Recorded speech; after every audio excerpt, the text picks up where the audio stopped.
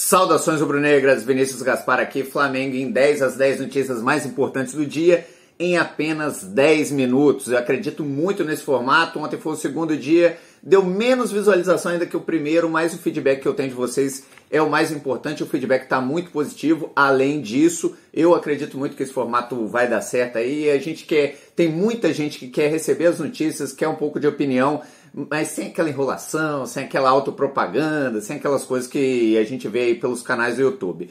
Bom, nesse vídeo eu já adianto, tem punição ao Flamengo na Libertadores, tem estatística de erros individuais no Flamengo, então tem bastante coisa, vamos ficar até o final. Se você quiser ajudar, quiser fazer com que esse canal cresça, que esse programa especificamente cresça, deixa seu comentário, se inscreve no canal principalmente, aciona o sininho para receber em primeira mão os conteúdos que a gente traz por aqui e não sai do vídeo sem deixar o seu curtir. Quando você faz isso, você explica para o YouTube que o conteúdo é bom e que ele pode jogar para mais pessoas e aí você está me ajudando a fazer com que o canal cresça.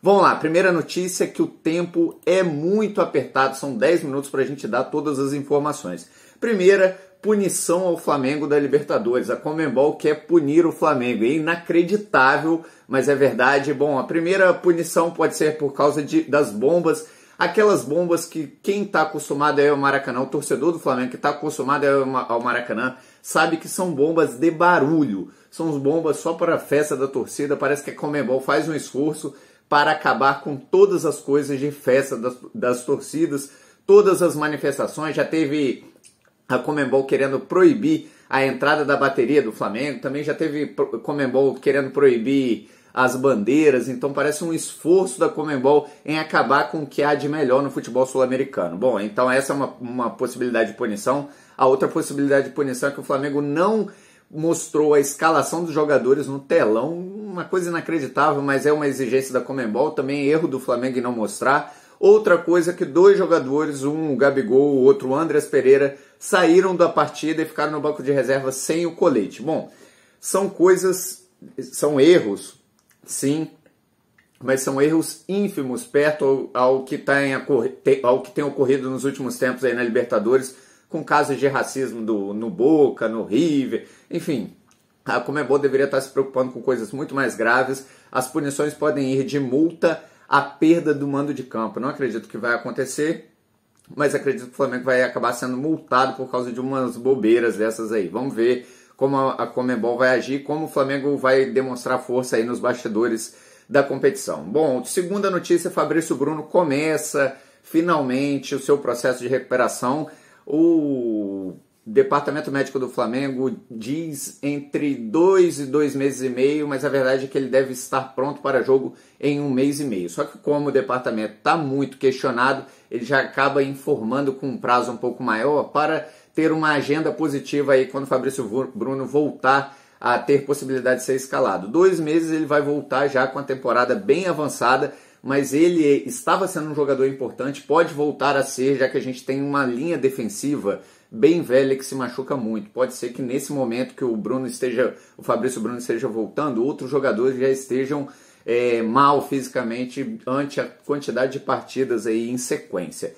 Terceira notícia, que a gente não pode demorar, o Flamengo tem a terceira melhor defesa da competição. Acreditem, o Flamengo tomou apenas 6 gols no Campeonato Brasileiro. Isso vai ao encontro do que a gente conversava aqui, que o Flamengo, ele na maior parte do tempo, ele está seguro defensivamente. O adversário chuta pouco ao gol do Flamengo, são apenas 10 chutes por partida de média. Então, a gente consegue enxergar ali um bom trabalho tático ou estratégico quanto às questões defensivas. Entretanto, o Flamengo tem o 16º pior ataque da competição, exatamente. O Flamengo de Bruno Henrique, Everton Ribeiro, Arrascaeta e Gabigol, com Pedro no banco, com Marinho, o Rei da América há 2 temporadas, é o time que tem o 16º pior ataque da competição, que aliás corrobora com o que o Júlio Catarino tem falado várias vezes aqui nos comentários, inscrito do canal, tem falado várias vezes. O problema desse Flamengo são as finalizações. O Flamengo não faz os gols fáceis. Para se ter uma ideia, nessa competição o Flamengo precisa de 14,8 chutes ao gol para colocar um manual, para fazer um desses gols. 14,8 chutes para fazer apenas um gol é muito pouco. O Corinthians, por exemplo, precisa de apenas 5,8 chutes para converter um tento. Então, quer dizer, o Flamengo precisa melhorar sua finalização e isso tem muito a ver com as escolhas que o time tem quando recupera a posse de bola. Se lá em 2019 o Flamengo recuperava e queria finalizar com a maior velocidade possível, daí para frente, Domenech, o próprio Rogério Ceni, Renato Gaúcho até que não, o problema do Renato Gaúcho era outro, mas o Rogério Ceni também tinha esse mesmo erro do Paulo Souza, que é ao invés de recuperar e partir na maior velocidade possível pela finalização, prioriza manter a posse de bola. E aí quando você faz isso, a linha defensiva do adversário se arruma e o Flamengo tem mais dificuldade para finalizar ou finaliza em situação pior. Então o Flamengo precisa melhorar isso e a gente chega aí no que o Júlio Catarino fala, né? Que é precisa melhorar sua finalização. Perde também muitos gols fáceis. Então os jogadores de ataque também precisam ser cobrados quanto a isso. Eu vou fazer um levantamento grande por indicação do inscrito. Se você é inscrito e tem aí alguma indicação de tema de vídeo, deixa aqui nos comentários também. Que o Flamengo perde muitos gols fáceis e a gente vai fazer um levantamento sobre isso. E aí vamos para a quarta notícia: dos 25 gols que o Flamengo tomou na temporada, 14 foram de falhas individuais. Mais da metade dos gols, então, não foram de falhas coletivas da equipe como um todo, da organização defensiva, não. 14 dos gols tomados dos 25 tomados pelo Flamengo em 2022 foram de falhas de responsabilidade de um único atleta. Você quer saber o ranking aí das falhas? Quem errou mais, quem errou menos? Bom, então vamos para a quinta notícia. Bom, primeiro desse ranking aí, na primeira posição, você já deve desconfiar. Em primeiro está o goleiro Hugo, com 4 falhas claras. Erro claro do jogador que resultou em gol do adversário. Segundo do ranking, aí uma demonstração clara de que a torcida tem razão em reclamar. Léo Pereira tem 3 falhas, apesar de ser reserva e jogar muito pouco. Então, o pouco tempo que ele está em campo, ele coloca, sim, o time em situação de risco. Ele já falhou 3 vezes na temporada. O segundo aí é o Arão. O Arão fez 2 gols contra já, então isso acaba pesando. E o Arão, não é querendo passar pano, mas o Arão já foi deslocado de função, teve que jogar na zaga depois de bastante tempo. Então, quem acompanha o canal sabe que eu acho que o Arão, muitas vezes ele merece as críticas que tem, mas para mim ele tem vaga no elenco, não como titular, mas vaga nesse elenco eu acho que ele tem. Bom, enfim, ele está na segunda posição com 3 falhas. Em terceiro estão Diego Alves, olha só, o Diego Alves, e pivô de tanta polêmica, está em terceiro, e olha que ele jogou apenas 2 partidas na temporada, ele está em terceiro com 2 falhas. Outro que está com 2 falhas é o Rodinei, e outro com 2 falhas também, o Isla. Olha, então se a torcida do Flamengo, se a diretoria do Flamengo não percebe que existem 2 posições gritantes que precisam de reforços urgentes, aí eu não consigo entender mais nada. Bom, no gol a gente tem os 2 goleiros aqui que somados dão 6 falhas, e a gente tem aí a zaga. O problema da zaga é outro, o problema da zaga são o número de atletas com lesão. E aí na lateral direita a gente não houve nenhuma sondagem, nenhuma movimentação de contratação. E a gente tem aqui Rodinei e Isla ocupando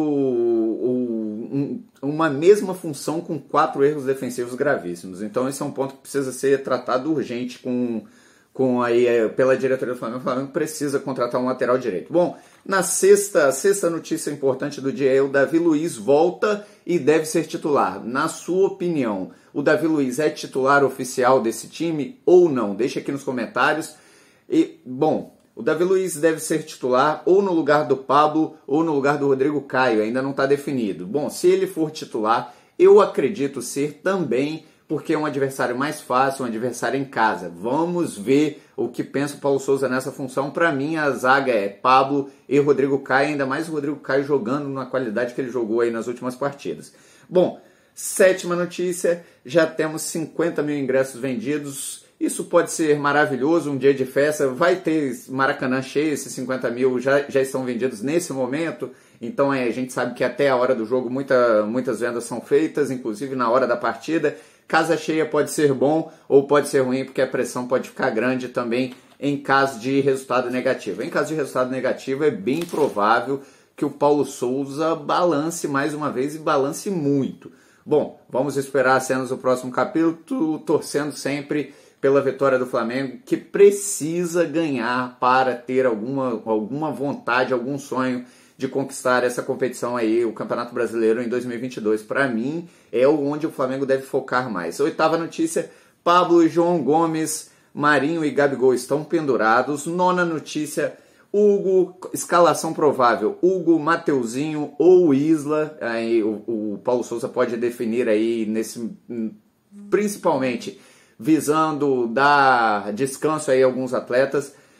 Davi Luiz e Rodrigo Caio ou Davi Luiz e Pablo, essa é a tendência. Ayrton Lucas, Arão, João Gomes ou Andreas Pereira. Aí do meio para frente você já conhece: Everton Ribeiro, Arrascaeta, Bruno Henrique e Gabigol. Esse jogo, que é a 10ª notícia, terá transmissão exclusiva do Pay-Per-View da Globo. Eu espero que vocês tenham gostado do vídeo agora. Deixa seu like, se inscreve no canal, aciona o sininho para receber em primeira mão os conteúdos que a gente traz por aqui.